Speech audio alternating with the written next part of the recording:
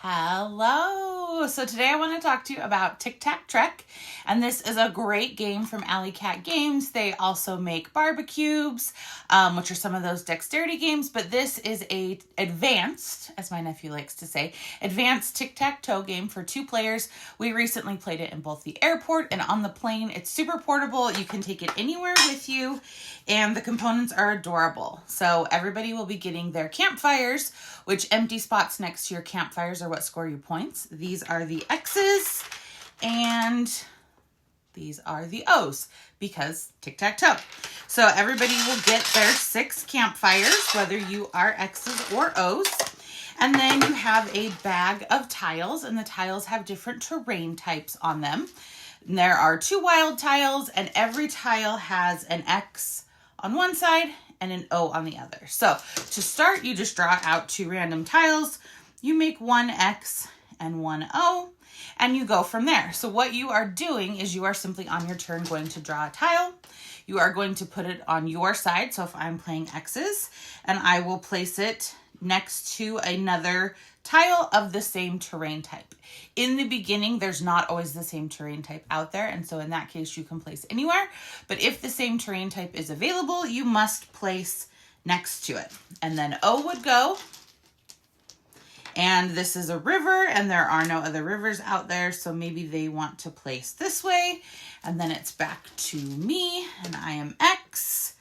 So I have to place next to the green terrain type, so I could go here. And then essentially what happens is once you make 3 in a row, like this, your tile that got you 3 in a row, you place one of your campfires on.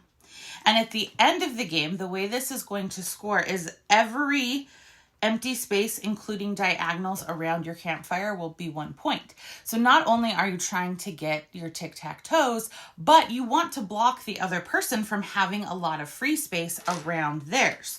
So let's say this is not a legal placement. Actually, it is because we don't have any mountains out there yet.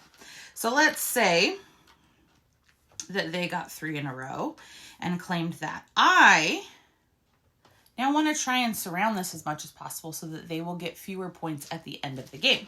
So that's what I mean by kind of advanced, and it's at double layer. So if I drew one of these, I can now place that out there, and I'm now again working on another 3 in a row for me. O's gonna go, they're gonna come over here because they're trying to block me. And you are trying to get all of your pieces placed if possible for the most points. And once the bag is empty, then you will do final scoring. And whoever has the most points wins. You could obviously play best out of 3 if you wanted, but it's a clever game because everyone knows tic-tac-toe, but tic-tac-toe is a little basic and gets a little boring. So this is a fun way to kind of take what everybody knows and just ramp it up a little bit. And the terrain tiles give you, some limited movement, but also brings in some strategy and things like that. So like I said, there are different terrain tiles, as you can see. The 2 blue ones are wild, so you ideally want to draw them later in the game because you can place them anywhere. But you do place next to a terrain tile, and then you always just flip it to your side. If you get 3 in a row, place it on. At the end of the game, count up your points. So it is a fun game. It's super portable because it takes up this much space. It's one you could take to a restaurant with you. Like I said, we took it to the airport and on the plane, and it worked great.